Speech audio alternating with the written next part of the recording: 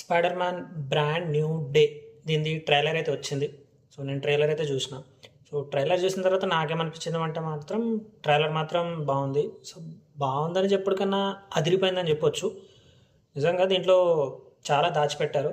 So casting విషయానికి వస్తే మాత్రం తెలిసిందే, మన టామ్ హాలండ్ కావచ్చు, జెండయా, సో ఇంకా వేరే వేరే క్యారెక్టర్స్ అనేది ఉన్నారు. సో దీనికి నోవే హోమ్ తర్వాత ఇది వస్తుంది ఈ మూవీ. సో దీనికి బ్రాండ్ న్యూ డే అని చెప్పి పెట్టారు. సో డైరెక్టర్ వచ్చేసి ఐ థింక్ సాంగ్చి అనుకుంటా, సాంగ్చి అని చెప్పేసి మార్వెల్లో ఉంటుంది. సో దాన్ని డైరెక్ట్ చేసిన పర్సనే దీన్ని డైరెక్ట్ చేస్తున్నాడు. So plot simple plot, like ఏంటంటే ఇఫ్ ఇన్ కేస్ మీరు నోవే హోమ్ చూసుంటే మాత్రం సో అందులో డాక్టర్ స్ట్రేంజ్ ఆ యొక్క లైక్ ప్రపంచాన్ని కాపాడాలంటే ఖచ్చితంగా ఇది ఒకటే చేయాలని చెప్పేసి స్పైడర్ మ్యాన్ అనే వ్యక్తి అసలు ఎవరికీ తెలియద్దు అని చెప్పేసి సమ్ ఏదో ట్రిక్ ఏదో చేస్తాడు.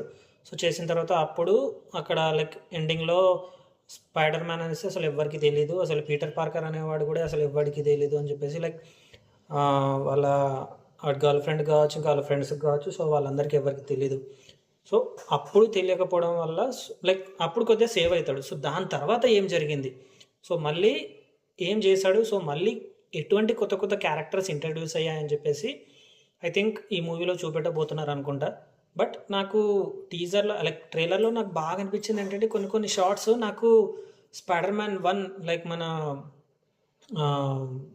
రానీ గోజ్లేనో అతని పేరేదో ఉంటుంది, ఫస్ట్ స్పైడర్ మ్యాన్లో యాక్ట్ చేస్తాడు చూడండి, అతనిలో ఉన్న స్టోరీ లైక్ ఇప్పటి వరకు నాకు తెలిసి స్పైడర్ మ్యాన్కి సంథింగ్ ఏదో ఇక్కడ చిన్న మిషన్ ఉంటే ఇట్లా అంటే చాలు కదా, అది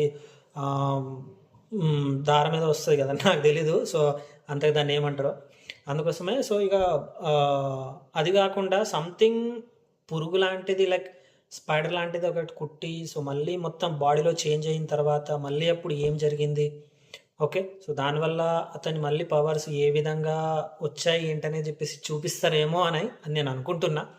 బట్ ఇక మార్వెల్స్ ఒకవేళ నావెల్స్ అయితే నేనేం చదవలేదు, కామిక్స్ కావచ్చు నేనేం చదవలేదు. ఇఫ్ ఇన్ కేస్ మీరు చదువుంటే మాత్రం మీకు ఆల్రెడీ తెలిసిపోయి ఉంటుంది ఎలా ఏంటని చెప్పేసి. నాకు తెలిసి ఈ ట్రైలర్లో జూన్ రిలీజ్ డేట్ చెప్పారు లేదు నాకు తెలియదు, బట్ అఫీషియల్గా అయితే July 30 ఈ మంత్ అంటే ఈ ఇయర్లో July 30లో రిలీజ్ అవుతుందని చెప్పారు. So I'm so excited and waiting. So release రోజు డెఫినెట్గా మూవీ అయితే చూడడానికి నేను డెఫినెట్గా ట్రై చేస్తాను. ఇఫ్ ఇన్ కేస్ ట్రైలర్ మీరు చూసుంటే సో ట్రైలర్ మీకు ఎలా అనిపించింది ఏంటని చెప్పేసి కమెంట్ చేయండి. అలాగే నా కంటెంట్ ఒకవేళ నా ఛానల్ వస్తే నా ఛానల్ని సబ్స్క్రైబ్ చేసుకోండి. ఓకే, సో అప్పటి వరకు ఉంటా. This is Vikram Rathod signing off.